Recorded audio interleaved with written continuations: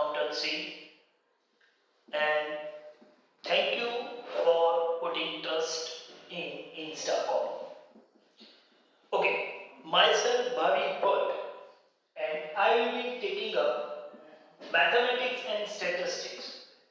You must be knowing in CA Foundation, paper 3 is of mathematics, logical reasoning, and statistics. So this paper consists 3 parts. You can say maths, logical reasoning, and statistics. So this mathematics and statistics part will be taken up by me. Maths will be of 40 marks, logical reasoning will be of 20 marks, and statistics will be of 40 marks. This is the weightage, or you can say blueprint. Okay, this paper is of objective type, means multiple choice question will be there with 4 options.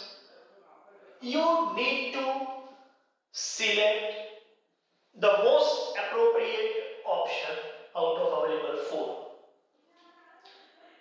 And on each correct answer you will get 1 mark. On each incorrect answer you will get negative 0.25. Okay, that means if you are not 100% sure, then it is better you skip the question, but don't give wrong answer, because one wrong answer will cost you 0.25. 4 such wrong answer will cost you 1 mark which you have earned out of the correct answer. Okay, so there is total 100 marks. To clear the subject you need to obtain minimum 40 marks. Individual subject, individual paper में आपको 40 mark लाने हैं. हाँ, लेकिन 4 paper को consider करें तो total 400 में से एग्रीगेट 200 आपको लाना है. तो मैं ये एक्सपेक्ट करूंगा कि ये जो पेपर है, पेपर 3, उसमें आप मिनिमम से ज्यादा मार्क्स लाओ कि किसी और पेपर में वो कॉम्पनसेट कर सके, एग्रीगेट में आपको एडवांटेज. तो मैथमेटिक्स और स्टैटिस्टिक्स 80 मार्क्स जो है वो मैं कवर करने जा रहा हूं. थोड़ा बहुत बैकग्राउंड भी मैं दे दूं आपको. तो यहां पर ये सिचुएशन है कि maths is considered as the toughest subject. मतलब ये जो पूरा सीए फाउंडेशन के 4 पेपर्स है और उसमें जो अलग अलग सब्जेक्ट्स आप पढ़ रहे हो, उसमें मैथमेटिक्स को सबसे डिफिकल्ट सब्जेक्ट माना जाता है. क्योंकि आप कॉमर्स बैकग्राउंड से हो और आपको जो मैथमेटिक्स है वो 10th के बाद आपने पढ़ा नहीं है, उसकी वजह से आप आउट ऑफ टच हो, उसकी वजह से थोड़ा डिफिकल्ट हो रहा है, उसका लेवल भी थोड़ा टफ है. So for the statistics part is concern, Gujarat board students won't have any difficulty और एनी प्रॉब्लम, क्योंकि वो जो भी पढ़ के आए हैं मोर और लेस वही फिर से यहाँ पर पढ़ना है. हाँ, उसका डेप्थ का लेवल है और क्वेश्चन का जो लेवल है वो अलग है. डेप्थ ज्यादा है और क्वेश्चन जो है वो डिफिकल्ट लेवल के पूछते हैं. Very conceptual, in depth conceptual questions होते हैं. इसके पूरा सब्जेक्ट हमको फिर से पढ़ना तो पड़ेगा, यू कांट से कि इसको हम छोड़ देंगे, लेकिन गुजरात बोर्ड स्टूडेंट के लिए ये थोड़ा कंफर्टेबल रहता है. और सीबीएसई स्टूडेंट जो है, सेंट्रल बोर्ड के जो स्टूडेंट्स है, उनके लिए ये दोनों मैथमेटिक्स और स्टैटिस्टिक्स दोनों डिफिकल्ट बनने वाले हैं, क्योंकि उन्होंने स्टैटिस्टिक्स पढ़ा है 11th स्टैंडर्ड में, लेकिन वो काफी प्राइमरी लेवल पे पढ़ा था. और एक चीज, लॉजिकल रीजनिंग की जब मैं बात कर रहा हूं, of course I am not going to take up any lecture of LR, but it is very simple large many students are expecting 20 out of 20 or you can say 18 or 19 marks from LR itself. तो LR काफी important है पास होने के लिए और होता भी बहुत सिंपल है. Okay, so now we are moving to the subject. So my subject is mathematics and statistics. I am starting with mathematics. See, in mathematics there are so many different chapters and in-depth coverage will be there also. लेकिन हम शुरू करेंगे सबसे simple chapter और ऐसा chapter जो हर chapter में उसका कहीं ना कहीं यूज है. मतलब ये सिलेबस का तो पार्ट है ही, एज अ चैप्टर भी आपको पढ़ना है, लेकिन इसके साथ साथ आप और भी चैप्टर पढ़ोगे तो वहां पर भी इसका यूज है. मतलब ये बहुत बेसिक लेवल का चैप्टर है. अब मैथ्स ऐसा नाम सुनते ही स्टूडेंट्स डर जाते हैं कि सर हमने कॉमर्स लिया ही इसकी वजह से था कि मैथ्स नहीं पढ़ना था, तो सीए जाके फिर से मैथ्स आ गया. It happens, it's very simple, don't worry. थोड़ा डिफिकल्ट है लेकिन हम मैनेज करने वाले हैं, डरने की कोई जरूरत नहीं है. ओके, हाँ, तो हम कौन सा चैप्टर शुरू कर रहे हैं वो मैं आपको बता दूं. ये ऐसा चैप्टर है आप सभी ने कहीं ना कहीं इससे पहले भी आपने ये चैप्टर पढ़ा हुआ है. पढ़ा तो छोड़ो, आपने इसका यूज भी किया है. आप रेगुलरली ये चैप्टर के जो कॉन्सेप्ट है उसका यूज करते हुए ही आगे बढ़े हो. तो कुछ नई चीज नहीं है, just we need to study it formally again. बस इतना ही, हम इसको फिर से सीख रहे हैं. तो आराम से समझिएगा, बहुत सिंपल है. ठीक है, अच्छा, चैप्टर का नाम मैं लिख रहा हूं, वो है इंडाइसिस. अच्छा, देखते हैं. Suppose if you are asked that a into a into a, ऐसे आपको n टाइम्स a लिखना है. How many times? n times. तो a into a into a n times को मुझे लिखना है. मैं कैसे लिखूंगा? It's very simple. Yes, you must be knowing. You can say it is a raised to n.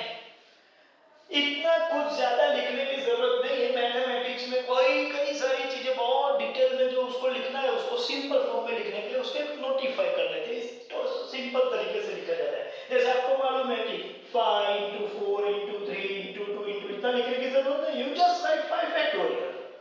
So it is just another way of representing the things. So a into a n times can be written as what? A raised to n, where a is called base and n is called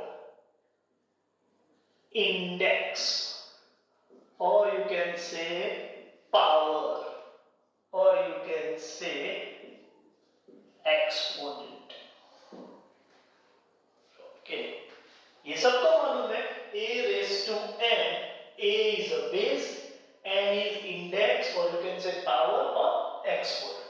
Okay, पता था सबको? ठीक है. दूसरा, ये भी आपको मालूम है.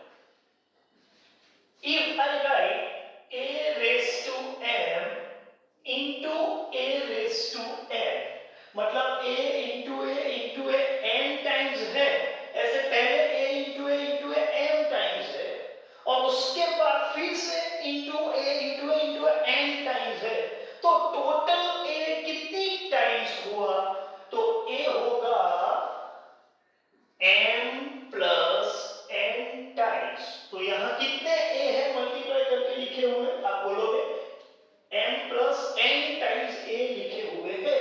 That means it becomes a raised to m plus n. इसको ऐसा बोलते हैं when base are same and it is multiplied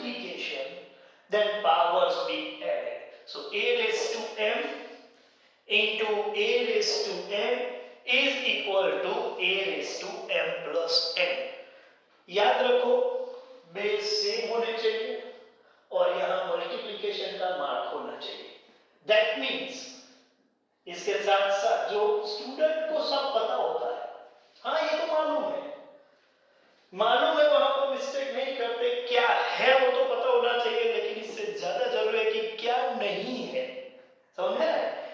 कभी भी आपको नहीं है क्या वो पता होना चाहिए, क्योंकि क्या है वो मालूम है, नहीं है वो आप कर लेते हो कि यही होगा। जैसे कि मैं लिख रहा हूं पर a raised to m plus a raised to n, can you say it is equal to a raised to m plus n? ऐसा बोल सकते हैं आप? नहीं बोल सकते, कभी भी नहीं बोल सकते। a raised to m plus a raised to n is equal to a raised to m plus n, कभी नहीं बोल सकते, ये नहीं होता। फिर भी कैलकुलेशन में स्टूडेंट्स मिस्टेक करते हैं। तो मैं पहले बता दूं कि क्या है वो तो पता होना चाहिए, लेकिन क्या नहीं है वो भी ज्यादा मालूम होना चाहिए। So a raised to m into a raised to n, base are same.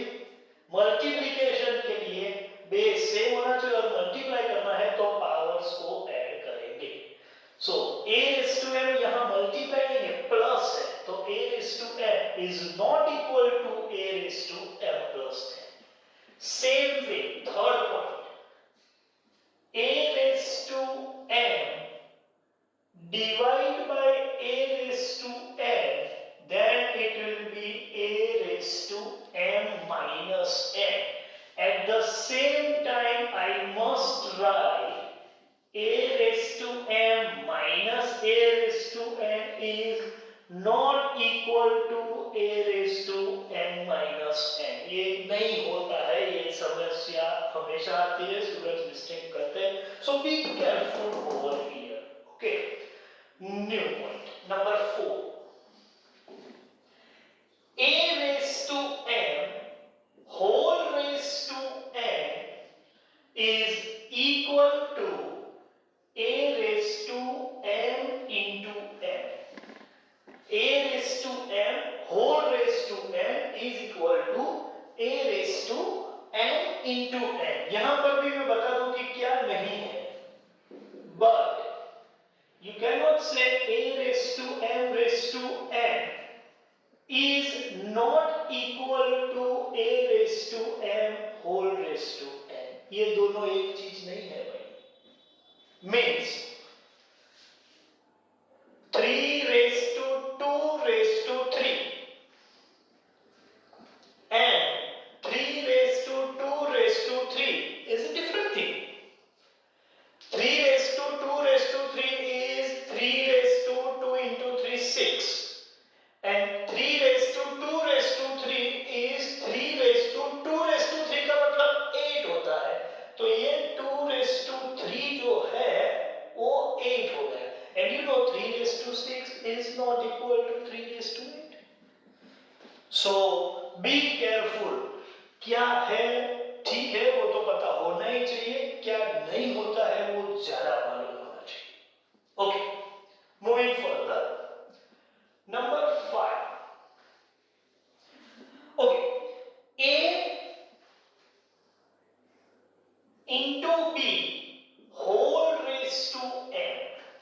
अच्छा, ये मल्टीप्लिकेशन है, दोनों का पावर कॉमन है, तो आप पावर को स्प्लिट कर सकते हो, डिस्ट्रीब्यूट कर सकते हो, and it can be written as a raised to n into b raised to n।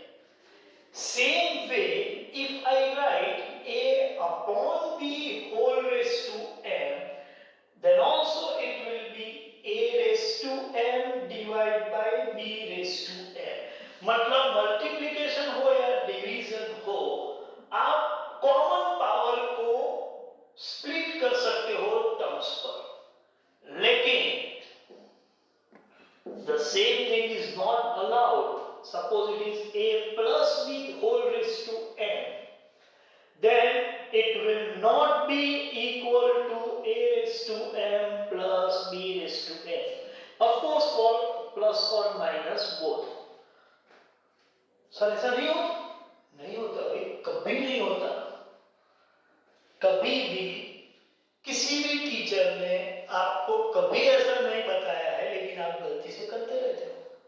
ये कभी नहीं होगा। जैसे कि देख लेते हैं, a plus B the whole raise to 2, you must be knowing. क्या आप इसको ऐसे लिखते हो a square plus B square? नहीं, आप क्या लिखते हो, a plus B whole square is equal to a square plus B square plus 2ab, हम ऐसा लिखते हैं। That means a plus b whole square is not equal to a square plus b square. So, based on this, now you all are agreeing this is only applicable for multiplication or division, not for addition or subtraction. Okay. 7. चलिए कुछ discuss करते हैं आपका basic knowledge. If I say a raised to 0, what is answer? Sir, any base power 0 is 1. Okay. Now, I am changing the situation. Base is 0, power is any number. Means 0 into 0 into 0 into 0 n times. अरे भाई कितनी भी बार 0 को मिला दो, वो 0 हमेशा 0 ही रहता है। ठीक है, तो इसका आंसर क्या होगा, 0 रेस टू n इज 0। अब चैलेंज ये है कि what is 0 raise to 0? Few people are of the opinion sir 0 है पावर में मतलब आंसर 1 आएगा, लेकिन बेस में 0 हो तो कोई भी पावर आंसर 0 आना चाहिए। यहां 1 होगा या 0 होगा? सॉरी स्टूडेंट्स, आप लोग बहुत मेहनत मत करो, ठीक है? It is not defined yet. दुनिया भर के मैथमेटिशियन ने मिलकर बोल दिया है कि भाई इसका डेफिनेट आंसर अवेलेबल नहीं है। सो मैथमेटिक्स के कुछ अनडिफाइंड फॉर्म है, उसमें से एक फॉर्म है ये 0 रेस टू 0। ओके, एक और चीज लेते हैं। अच्छा, आपको मालूम होगा कि सपोज मैं ऐसा लिखूं a रेस टू m, तो इसका मतलब होता है 1 upon a raise to minus m। Yes और no? a raise to m, लेकिन मैं उसको ये जो 1 अपॉन में लिख रहा हूं, मतलब ये जो न्यूमरेटर है उसमें से मैं डिनोमिनेटर में इसको ट्रांसफर करूंगा तो पावर का साइन चेंज हो जाएगा। Same way suppose it is 1 upon a raise to m और मैं इसको ऐसे लिखूं तो ये हो जाएगा a raise to minus m, मतलब पावर का साइन डिनोमिनेटर में से न्यूमरेटर में चला गया तो साइन चेंज हो गया। प्लस है तो माइनस, माइनस होता तो ये प्लस हो जाता, मतलब साइन चेंज हो जाता है। ओके, थर्ड पॉइंट,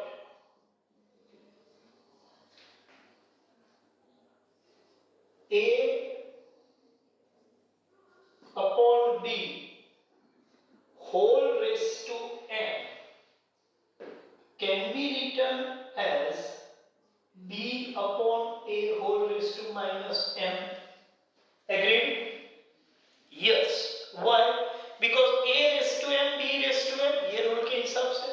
और जब मैं इसको इंटरचेंज करूं, ठीक है, तो क्या हो जाएगा, पावर का साइन चेंज हो जाएगा, मतलब b raise to minus m a upon a raise to minus m, और उस हिसाब से मैं लिखने जाऊंगा तो कॉमन पावर में ले सकता हूं, तो b upon a raise to minus m। यहां आपको क्या एक चीज याद रखनी है, जब भी पावर, मतलब जब भी हम ये वैल्यू ट्रांसफर करते हैं, मतलब न्यूमरेटर टू डिनोमिनेटर या डिनोमिनेटर टू न्यूमरेटर, तो उसको हम बोलेंगे एज ए वर्टिकल ट्रांसफर। क्या बोलेंगे? मतलब ये इन हाउस है, हम अपने लिए बोल रहे हैं, ये इन हाउस वर्ड है, वो ऐसा कोई टेक्स्ट बुक में या कोई रेफरेंस बुक में या कोई मैथमेटिक्स की बुक में नहीं है। हम अपने हिसाब से, अपने क्लासरूम के हिसाब से, अपने अपने हिसाब से बोल रहे हैं कि इसको हम बोलेंगे वर्टिकल ट्रांसफर। और जब वर्टिकल ट्रांसफर मतलब numerator to denominator, denominator to numerator, जिसको हम वर्टिकल ट्रांसफर बोलते हैं, वर्टिकल ट्रांसफर में पावर जो है उसकी साइन चेंज होगी। वर्टिकल ट्रांसफर में क्या होता है? पावर की साइन चेंज होती है। ओके, आगे बढ़ते हैं। 9th point. अच्छा, अभी लेते हैं कि आपको ये भी मालूम होना चाहिए सर्ड्स के लिए कि इफ आई से स्क्वायर रूट ऑफ ए, ये सर्ड फॉर्म को मुझे इंडेक्स फॉर्म में रखना है तो मैं इसको ऐसे लिखूंगा a raise to 1/2 under root of a, square root of a, तो a रेज टू 1/2। अच्छा, तो क्यूब रूट ऑफ a के लिए क्या लिख सकते हैं? Obviously a raise to 1/3। That means nth root of a can be written as a raised to 1/n।